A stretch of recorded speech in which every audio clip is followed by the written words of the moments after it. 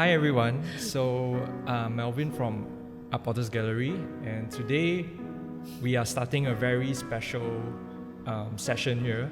It's the very first time we are doing a podcast for the Potters After Dark series.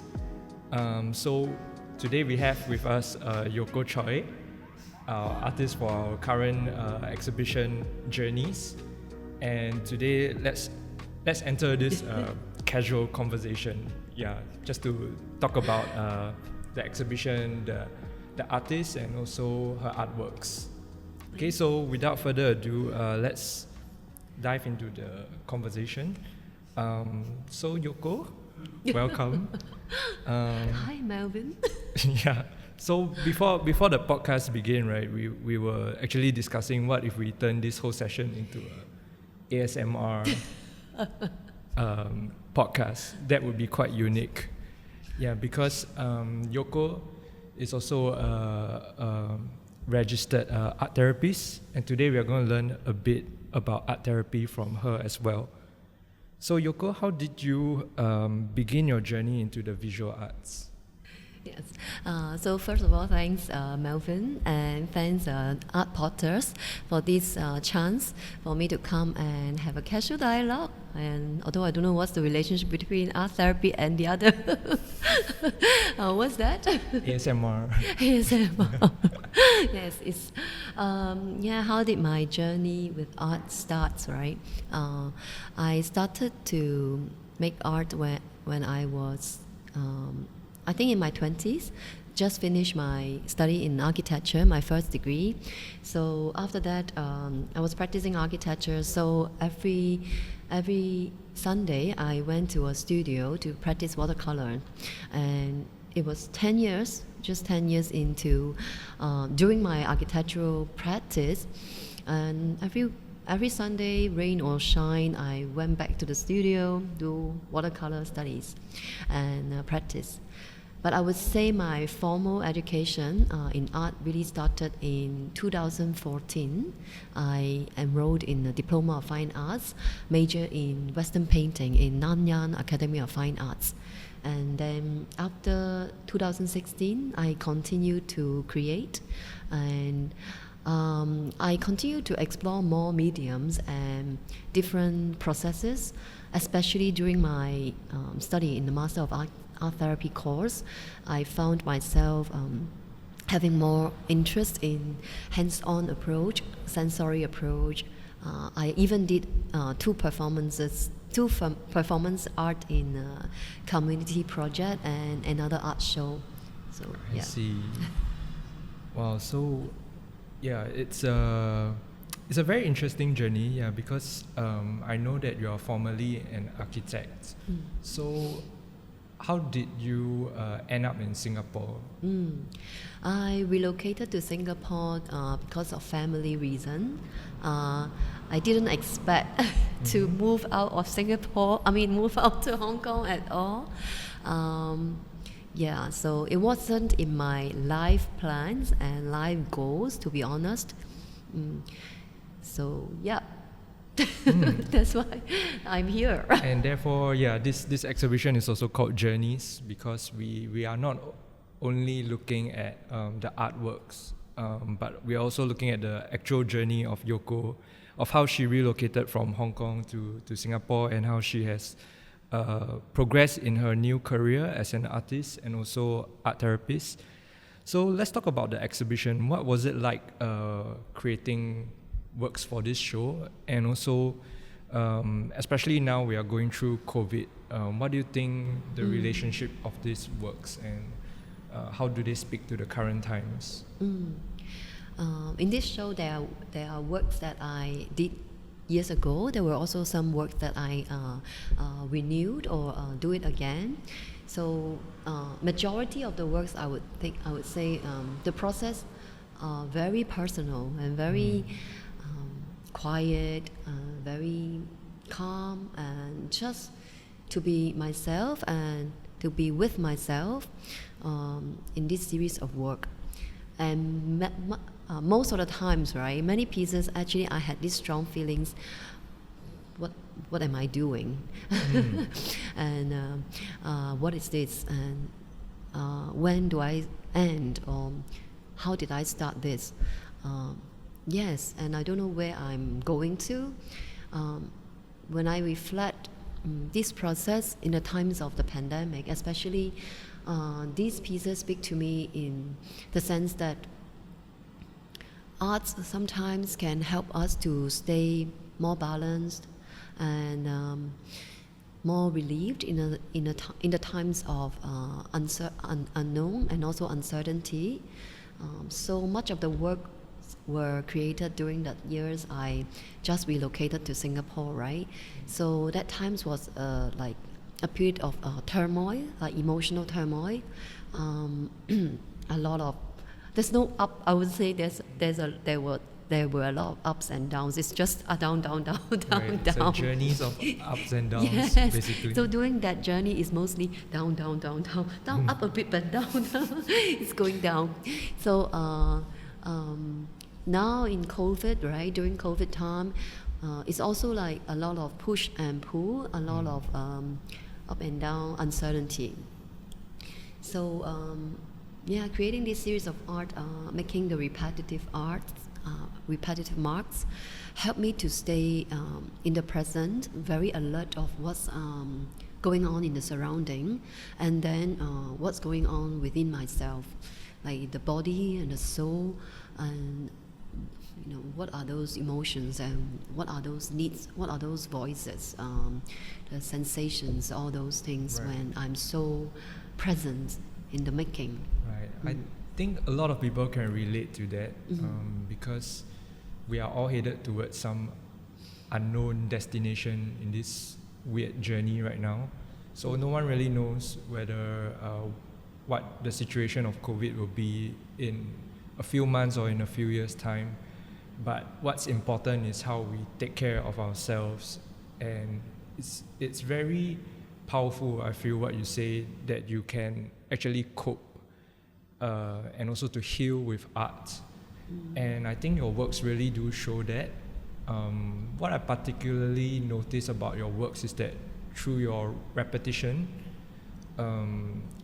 okay, so on the topic of repetition, I think I can really see how it can be a therapeutic effect, because most of the time when you create an artwork, especially when you face a blank canvas, you become anxious, you become worried, Overwhelmed. you overthink about the unnecessary, or like, what am I going to draw next, what am I going to paint next. There's a lot of unknown expectation of yourself. But if you were to repeat what you were doing in the process of repetition, you can lose that kind of stress, because if you do a stroke, then your next move is going to be another stroke, right? And then your mind will naturally let go, and then you will tend to enter this like subconscious state. Yeah. I want to add to that, like, yes, it's very true that letting go of the expectations and the need to perform, the need to create an output or outcome. Also, there's also this need to it just came to my mind, and then yes, get rid of the judgment. Yes, sometimes we also judge ourselves a lot, so it includes in the art making. So when you mentioned, when we face a blank canvas or a blank space, we don't know what to create and how to create. Perhaps there are a lot of inner dialogues of am I doing it correctly, and will I be doing it nicely, and what's the point, and a lot of judgment value that comes in to challenge ourselves. Art making can be just simply enjoying the moment, trusting the process that the next stroke, as you said, the next stroke would bring us something, even we don't know yet. It helps us to stay in the process. When we can stay in the process, with that intention, with that attention to the materials, to the space, to our fingers, even our fingers moving, this heightened attention actually is a way to understand ourselves as well. Yeah, I think that's really important. And I also think that, sorry, I just thought of something that I wanted to ask Yoko, but I suddenly lost track. But never mind, let's move on to the process, right? You mentioned process, and I think what I'm going to say next is quite cliche. Like a lot of people say this before, but I think it holds certain truth that art, most of the time, in fact, is not the final destination, but it is the process. Because process is really important. You are not just completing an artwork, but through it, it reflects you, and you are completing yourself as well. So maybe we can talk a little bit about art therapy, and what is the difference, would you say, between something like art jamming compared to professional art therapy? Because I know like doing art can be therapeutic, but what would you say is the key difference between art therapy and art jamming? Okay, yeah. It brings about, this discussion of the healing power of art in itself. Some people term it as art as therapy. So basically, we talk about making art itself can provide the therapeutic benefits for people. We call these and these therapeutic benefits refer to perhaps like relaxation, stress relief, or even simply a few people coming together in a community setting. We do coloring together, we build some craft, and we make weaving projects and all that. People would feel that community support and also empowerment as a community. These are all good benefits making art, right? And some people call it therapeutic, right? So different people gain different benefits from making art. That's very true. So when you mention art jamming, I suppose you're talking about like a few people coming together, just enjoy the moment, enjoy the time to create art together, and with that, everyone can create something unique to themselves, and a unique approach, a unique material or process. So in itself, this art jamming process is also very encouraging and empowering. It has many good benefits to our mental well-being and our health. Yes. And then the key difference between art jamming or similar recreational art making activities and art therapy is that professional art therapy is actually an integrative mental health profession, because in art therapy, people such as individuals or groups of people coming from same family or communities, they come together. They will be guided by the art therapist, and the art therapist is knowledgeable and experienced to provide a safe space, so that in this safe space, people can actually explore their art and their process, to look at the things that they want to explore. Maybe it's a personal journey, maybe it's some personal struggles or community challenges, social issues or problems. So the art therapist is here to provide a safe space to explore things and guide the people who make art how to look at their art, and perhaps guide them to ask the right questions, how to reflect and make sense of their experience. And the art therapist is also trained to provide ethical considerations and safe space, safety. This safety include psychological, emotional, and physical safety for the people who make art in art therapy. So sometimes when a person who makes art, the image is there, and there's also an art making process. So there are lots of opportunities to look at the psychological and emotional aspect to the process and the image. And the art therapists have this knowledge to guide the person how to explore these aspects through the art. Right. So there's a lot of subconscious exploration going on, and I can see some similarities or even traces of what you're doing in your personal visual arts. That this practice is very much in line with your profession as an art therapist as well, because you do tap into your subconscious, and that's how you discover yourself, the part of you that you not necessarily recognize. Maybe some part of your process you unearth something that you are not conscious of. Yeah, and I think that's really powerful.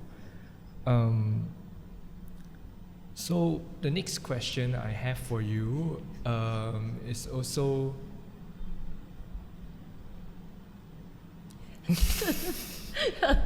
okay, so sorry. many questions. Yeah, so this is the part, right, where repetition is not within me. Okay, this is unscripted, and therefore, yeah, anxiety sinks in. Just take off Yeah, the script.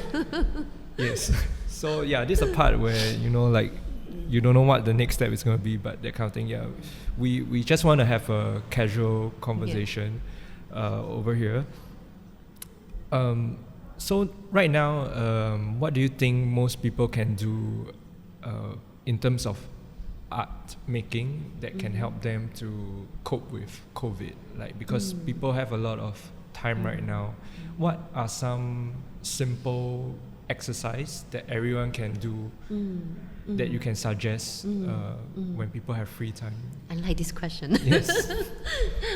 Yeah, art can be very accessible. I think many people may have this perception that art is for people who are artists or who are professional or who may have the art training. Actually, I want to say that art is very accessible, and every one of us may have actually encountered or actually make art in our everyday life, and starting from our childhood and into adulthood, right? Like nowadays in COVID, many of us have to stay home and work from home, or even doing home-based learning. We have to take care of the family members. So it is really hard that not many people are privileged enough to go out to the society or community to make art or join courses like that. So at home, actually, we can look around and just a simple piece of paper, some pencils and markers. Start with a line, start with a dot, and I think the most important thing is making art is also an intention to spend some time with yourself. Yes, to create this space for yourself. Create a space that maybe making art is just the beginning. I don't want to use the word excuse, but I want to say, okay, let's go and do art. Use it as an excuse for creating some me time, some self time. Once you open a piece of, open a book, turn a new page, or use a new piece of paper, or get an old book. Let's say you open a book and then you doodle on it, or you do some scribbling on these materials, because there are many materials in our household in every day. And if you plant, then there are fallen leaves or twigs. Everything can be an opportunity. To do something about it, as long as we notice and as long as we have this intention to spend some time with ourselves. I really think that making art is an entry point, not the end point. So I want to make art, but maybe you will open a door. This door, I think more importantly, is you allow yourself to be connected with yourself. Yes. So it could be also an old T-shirt, right? Take out an old T-shirt and then replicate. Look at the old T-shirt. Why you like it so much? Take a photograph. Take a photos of it, or maybe just doodle. Cut up some old materials or some photos, and do something about it. Sometimes even just to look at objects, found objects from home, from your environment, and have a conversation, have some thoughts, and spend some time with these objects that are so that are just personal to us. Right. Yeah, then it opens a door for a dialogue, and yes, appreciating art, appreciating found objects, appreciating the things that we have in itself, I think creates opportunities first. Then we can use our creativity if we really want to make it into art or transform it or create a new art. Yes. Yeah, from what you express, right? Yeah, it really feels like it's a very creative environment with yourself. So you can basically do anything or use any mediums that are within reach, and you go back to this exploration mode of something, looking at the world innocently as a child. Yeah. Maybe sometimes when we grow into adults, then we kind of shut off that part of ourselves. Yes, exactly. Then we hide a lot of things or keep it in a closet or that kind of thing. So by going back to those roots, we perhaps subconsciously uncover ourselves. Yeah, and also like curiosity. Like curiosity about yourself starts with, maybe easier is curiosity about the things that you use. Your pen, look at it and enjoy it out, or maybe why do I like this pen? Do I like black color, red color?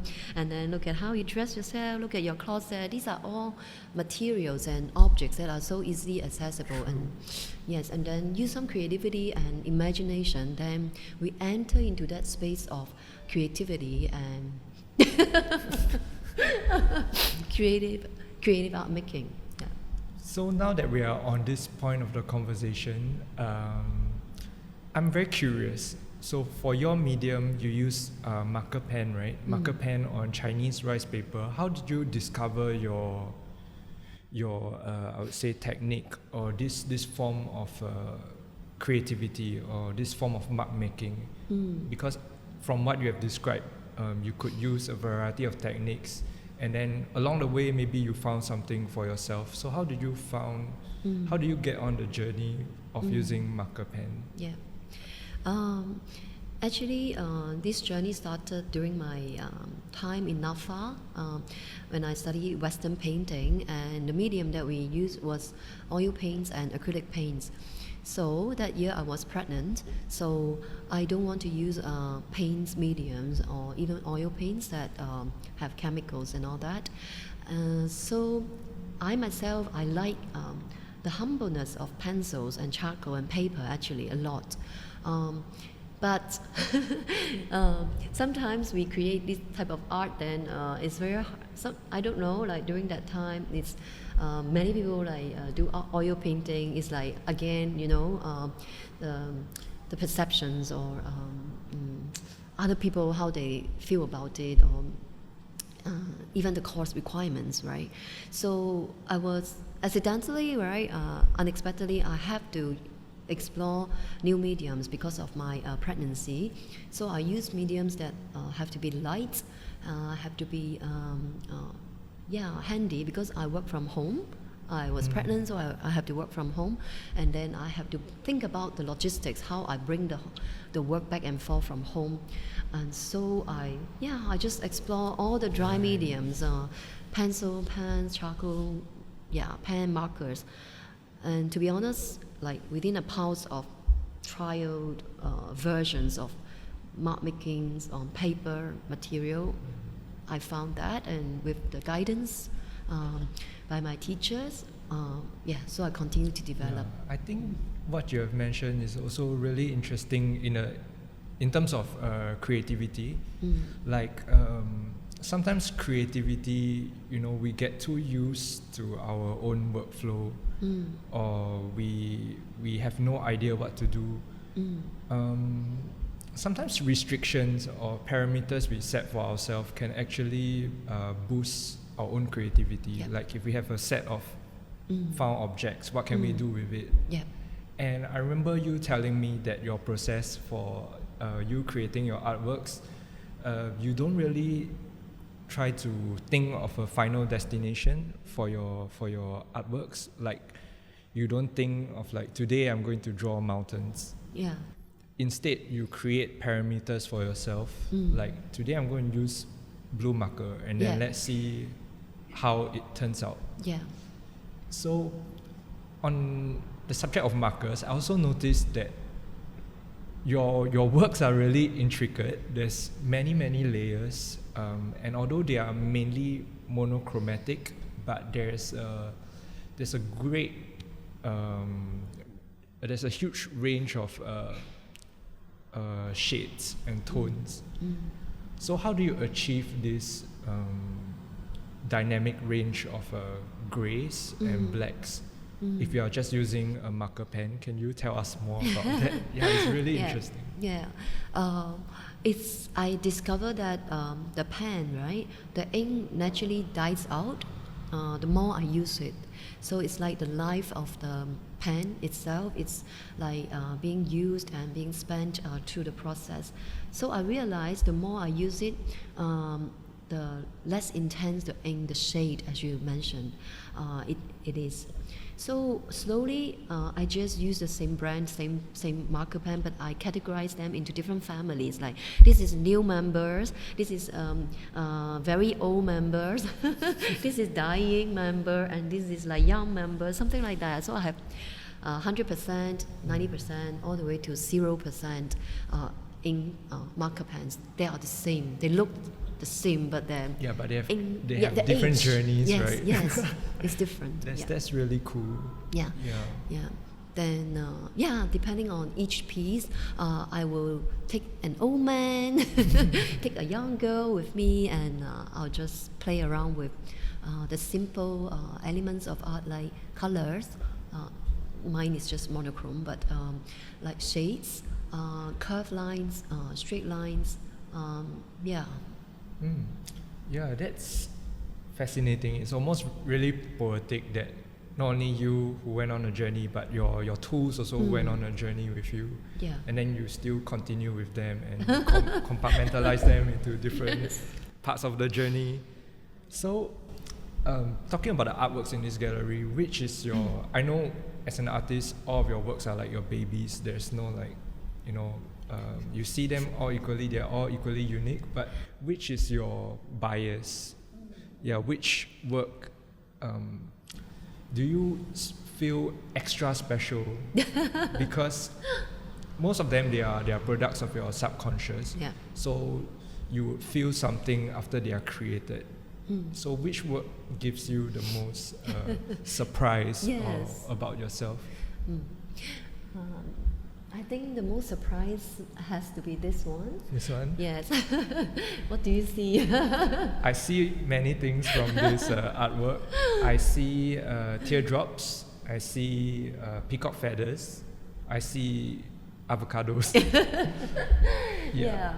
So this piece, initially my intention to work on this piece was just to have peace. Yeah, have really...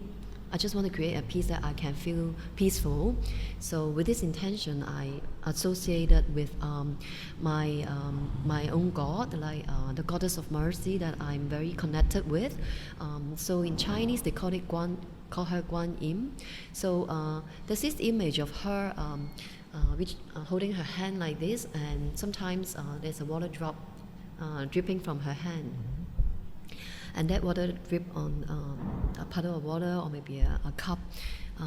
I really felt very connected with that scene of that water drop. So then I started to do this. And then I started with the center, with that water drop from circular movement. And then I continue to make the marks outward. After that, I asked myself, so would the piece be just one drop?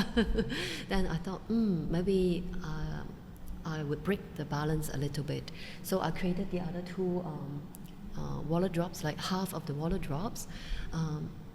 So I continue, and then I completed the whole piece, like almost like one go. It was like, oh, I believe that, oh, this would be like the final outcome, water drops, and very peaceful.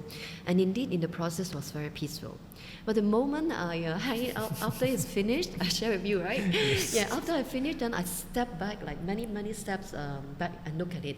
Then the first feeling was not aha, it's like, oh my God.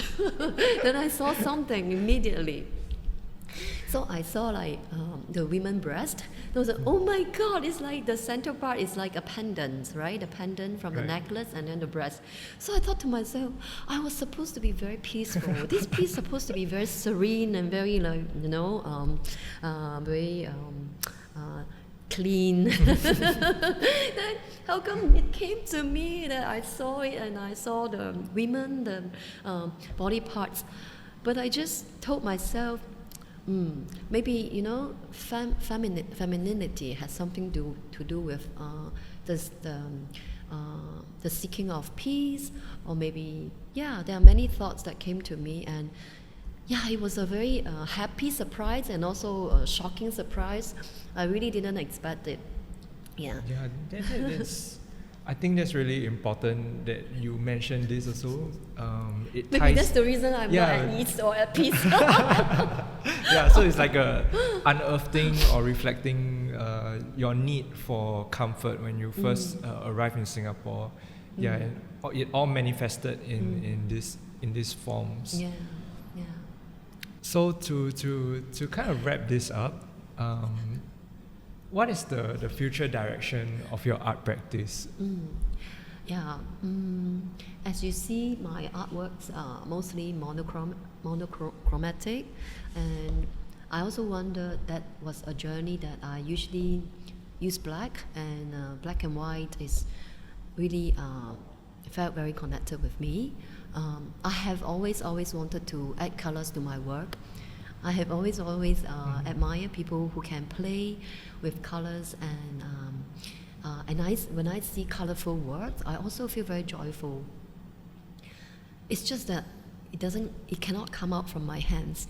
So, but I do believe that my hands and my heart and my soul, my mind has to work as one.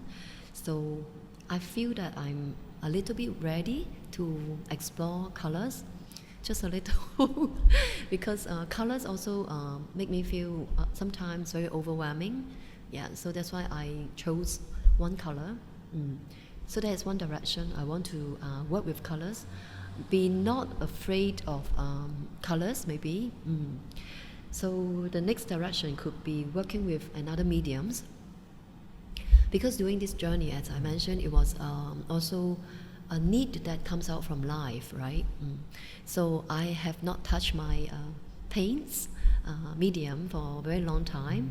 And during COVID, I also explored paper making, and I really like the texture and the process of making paper using my hands, dip my hands in the water and all that. So I would like to explore maybe using paper and explore making art with paper, recycling paper. Making with paper mediums, but in the same kind of explorative mindset of starting out with parameters you set for yourself rather than thinking of a final destination or final piece.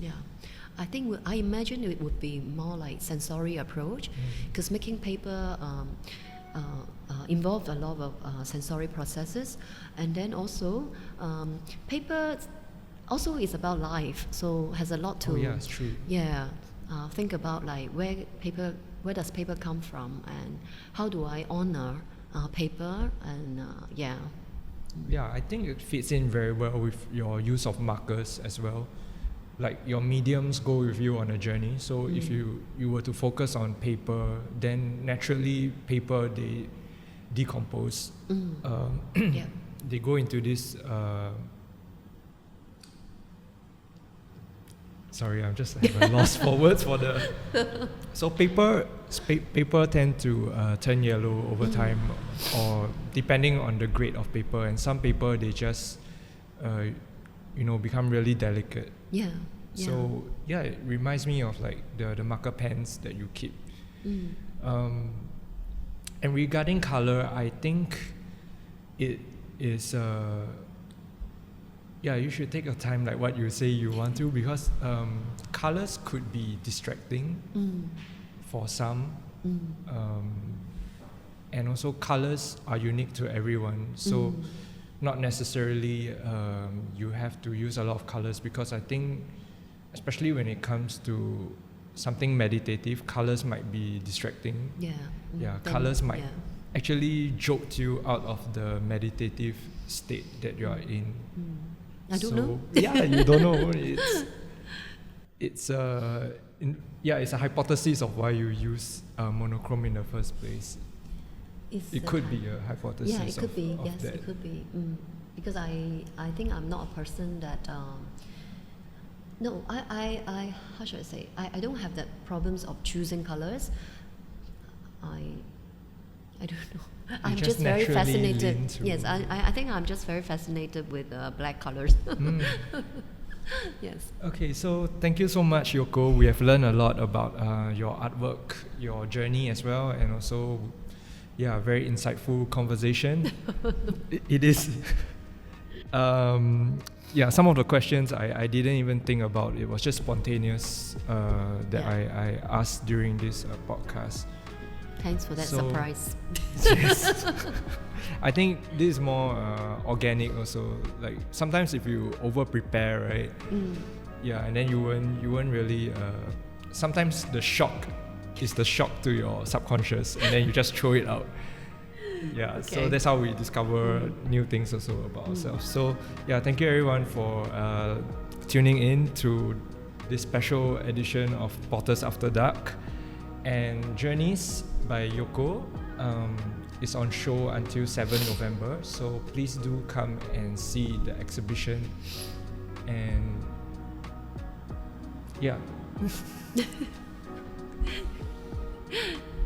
Thank you.